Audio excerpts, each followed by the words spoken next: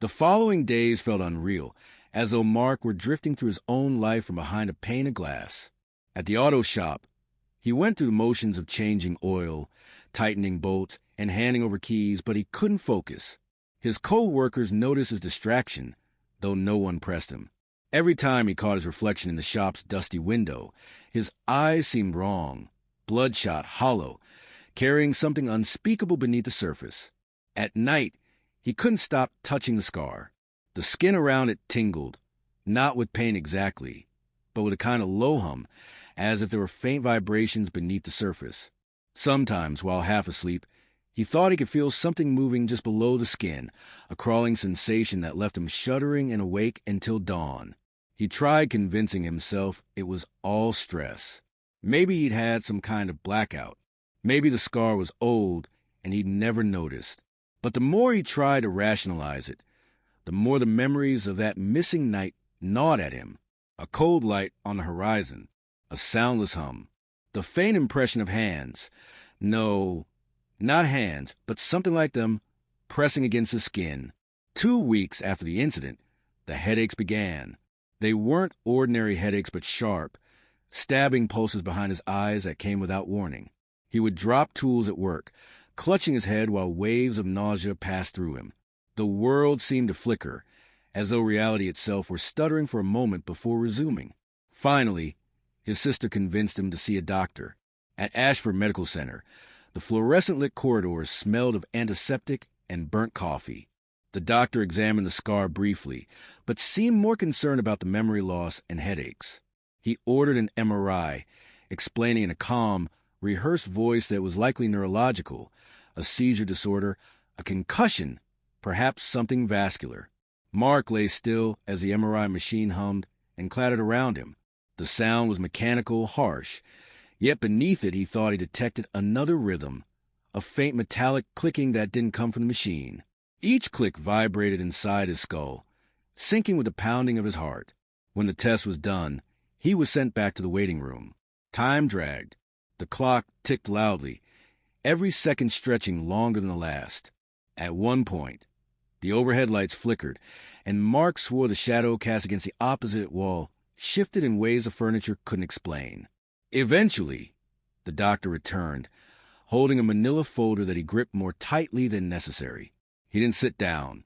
He only said there was an anomaly in the scan, something unexpected. He avoided details, only urging Mark to make an appointment with a neurologist in Chicago as soon as possible. That night, Mark sat in his truck in the hospital parking lot, unable to drive, staring at the photocopied images of his own brain. There, in the dense patterns of gray and white, was a small, sharp glint, a fragment of something that did not belong, metallic, perfectly symmetrical, embedded deep in the frontal lobe. No record of any surgery. No accident that could explain it. It was inside him. The headaches grew worse after that, and with them came something else. Dreams, or perhaps memories, leaking through the cracks of his fractured nights. Dreams of being weightless, suspended in a pale light that smelled of ozone and cold metal. Shapes moved around him, long and thin, their movements deliberate, their faces obscured by the glare. A sensation of being observed, measured, opened. Each morning he woke with the sheets twisted tight around him, drenched in sweat. The scar beneath his ribs had darkened, as though healing backward, and when he pressed his fingers against it, he thought he felt something pulsing faintly, like a second heartbeat. Mark didn't tell anyone. Not his sister, not his co-workers, not even the doctor. Some instinct told him that speaking of it would make it more real, would pull it further into his waking life. Yet silence didn't protect him. If anything, it made the present stronger. The missing time was only the beginning. Sleep no longer brought rest. It became a threshold, a place where the world behind his eyelids blurred with the one outside. Mark would lie down exhausted, trying to quiet the ringing in his skull, but as soon as his body sank into mattress, the room around him seemed to change. The air thickened. Shadows stretched unnaturally across the walls, bending in ways the furniture did not. The familiar hum of his refrigerator, the distant barking of a neighbor's dog, all of it fell away, replaced by a droning vibration that seemed to come from inside his bones.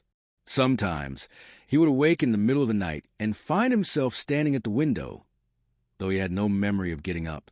The curtains would be drawn back, his hand pressed flat against the cold glass, staring out into the yard where the oak tree loomed. Beyond it, in the distance of the fields, faint lights would hover just above the ground. White, steady, and soundless. By the time he blinked, they would vanish. The headaches grew sharper. The scar on his ribs began to itch and ache, but when he scratched, he felt something hard beneath the skin, not scar tissue, not bone, but smooth and unyielding. Each time he touched it, a jolt of nausea rippled through his stomach. At the shop, he dropped tools, his vision flickering as though frames of his life were missing. A customer once leaned over the counter to hand him cash, and for a fraction of a second, her face wasn't human. Her eyes were too large, her skin too pale, her mouth stretching wider than it should have. He gasped and stumbled back, only to find her staring at it with a puzzled, ordinary expression. He laughed it off, but inside, panic coiled tighter. On the third week after missing time, something happened that tore away the last of his denial. He woke in the early hours of the morning to the sound of static, not from a television, but from nowhere at all. It filled the room, a crackling white noise that vibrated against his skull. He couldn't move. His limbs felt pinned, as though invisible hands pressed him against the mattress. Shapes gathered in the corners of the room, tall, impossibly thin, with limbs that bent too many ways. They did not walk but slid forward in silence, their outlines blurred by the pale light that seeped through the ceiling. One leaned close, its presence crushing the air from his lungs. Where its face had been, there was only smooth, gray skin stretching over a bulbous skull, two enormous black eyes reflecting him like glass. Mark tried to scream, but the sound was stolen from his throat. A sudden warmth spread across his body, starting from the scar on his ribs, as though it were being activated. The static grew louder, drilling into his skull until it wasn't noise anymore, but a series of tones, ordered and deliberate, like a language not meant for human comprehension. Then blackness. He woke at dawn, sprawled on the bedroom floor. His clothes were damp with sweat, his mouth dry and metallic tasting. The digital clock on the nightstand blinked, frozen at 3:17 a.m., the exact time he remembered the static filling the room. His nose bled freely, staining the sheets with dark streaks. Stumbling into the bathroom, he stared at himself in the mirror. Beneath his eyes, the skin was bruised, mottled with purplish shadows. And there on his ribs, the scar had changed. It was no longer a thin line. It had widened into a perfect circle, as though something beneath the skin was pushing outward. As he pressed his trembling hand against it, a sudden image pierced his mind. Not a memory, but something implanted. A vast room of metal, filled with a blinding white glow. He was strapped to the surface, unable to move, while figures worked around him with instruments that gleamed.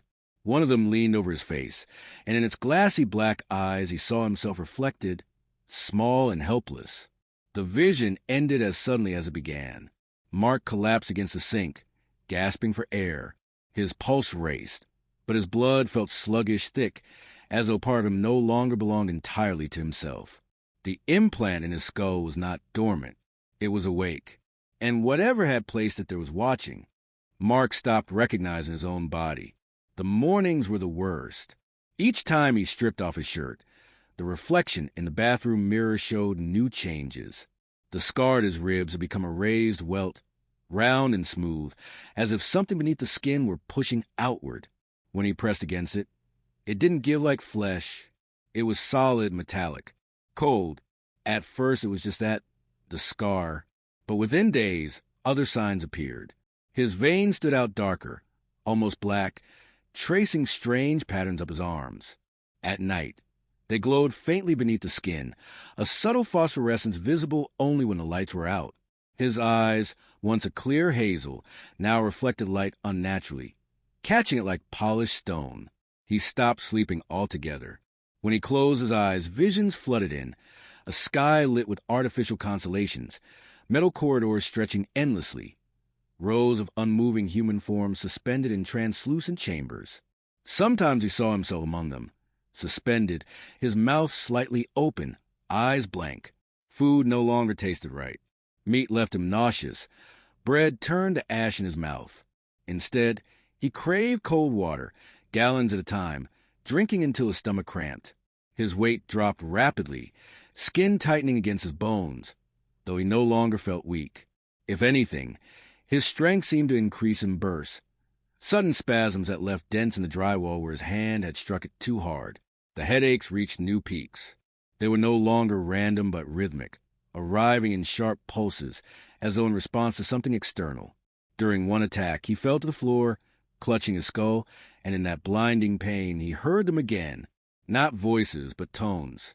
Sequential, deliberate, a message pressed into his mind, one he couldn't translate but instinctively understood. It wasn't meant for his language. It was meant for something deeper, primal, a command. The doctors in Chicago offered no comfort. The neurologist stared too long at the scans, then quickly excused himself from the room. Later, two men appeared, not doctors, suits too sharp, shoes too clean, faces too expressionless. They asked no questions. They only took the MRI images and warned the hospital staff not to discuss them further. When Mark returned the following week, the office had no record of his case at all. He tried to reach out to his sister, but when she answered the phone, static consumed the line. He thought he heard her voice in fragments, distorted, before another, deeper sound layered over it, a guttural vibration that resonated in his skull. Then the call cut off. His phone never worked again. He was alone. The implant beneath his ribs had grown restless. On the fifth night, it moved. He felt it shift beneath his skin, as though turning slightly, aligning itself with something unseen. He screamed, tearing at his flesh with his fingernails until blood slicked his hands. But the thing beneath did not yield. It pulsed once, a powerful throb that echoed inside his skull, and in that instant he saw them, not in dreams this time, but as though a veil had been lifted. 3 figures stood at the foot of his bed, tall, thin, eyes black and endless, reflecting his horror back at him. Their heads tilted in perfect unison, and though they made no sound, his mind filled with one overwhelming sensation. They were not visitors. They were owners. Mark collapsed into unconsciousness, his body shaking, his blood still dripping onto the sheets. When he woke, the room was empty, but his ribs ached with a deep, penetrating heat, and when he looked in the mirror, the scar was gone. In its place was nothing but smooth, unbroken skin, as though the wound had never existed. Yet beneath that flawless surface, something metallic and alive thrummed steadily, like a second heart. The days that followed no longer felt connected to the calendar or clock. Time became elastic, slipping through Mark's hands. He would look up at the sky, then blink, and hours had passed without memory. Sometimes he woke in the wrong place entirely, once his truck on the edge of the cornfields, another time standing barefoot in the woods with mud caked on his legs. Always at night, always under the same pale, soundless stars. His body no longer obeyed him fully. At odd moments his muscles locked, jerking him into strange, rigid poses. His vision split, as though 2 sets of eyes were seeing different worlds at once. He caught glimpses of landscapes that weren't Illinois, endless corridors of metal, towering structures that pulsed with living light, skies filled with machinery instead of constellations. The more he resisted, the stronger the pull became. The final collapse came one night just before dawn. He awoke lying flat on his back, but not in his bed. He was on a surface smooth as glass, surrounded by blinding white light. The air smelled sterile, electric, sharp enough to sting his lungs. He couldn't move. His limbs were locked against the table, though nothing physical bound them.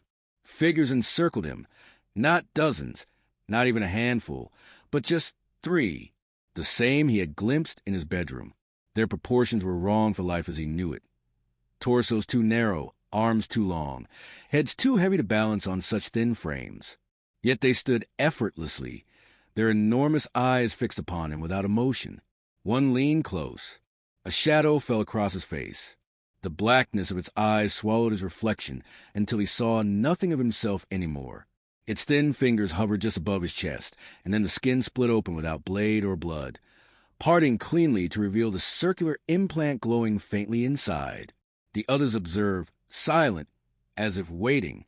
The implant pulsed, and with each pulse, Mark felt pieces of himself slip away. His memories flickered. His father teaching him to ride a bike, his first kiss, his sister's laugh, all dissolving like fog under sunlight. In their place rose alien impressions. Constellations he could not name. Star maps burned into his vision. Sequences of tones and frequencies he somehow understood but could not pronounce. He realized in the truth. The device inside him was not a tracker. It was a key, and he was not meant to return unchanged. The light intensified until the world dissolved. When he opened his eyes again, he was back in his bedroom. The sheets were clean. The scar was gone. The clock on the nightstand read 6:02 a.m. Birds chirped outside as though nothing had happened. Yet the world did not look the same. The edges of the room shimmered faintly, as if reality were only a thin layer stretched over something vaster beneath. He touched his ribs and felt nothing unusual, just smooth, warm skin. But inside his skull, the implant throbbed steadily, syncing with his heartbeat. Later that week, his co-workers said he seemed different, quieter, detached. When they spoke to him, his eyes seemed to linger too long, as though measuring something invisible. He still worked, still ate, still breathed, but those who knew him best whispered that he was only mimicking the man he had been. At night, he no longer feared sleep. He welcomed it, because in dreams he saw the truth. Endless ranks of others like him, scattered across towns, cities, states. All implanted, all waiting, all watching the skies with new eyes. The invasion would not come with warships or weapons. It was already here, growing quietly inside them. And Mark Thompson, once just another mechanic in a quiet Midwestern town, had become one of its vessels.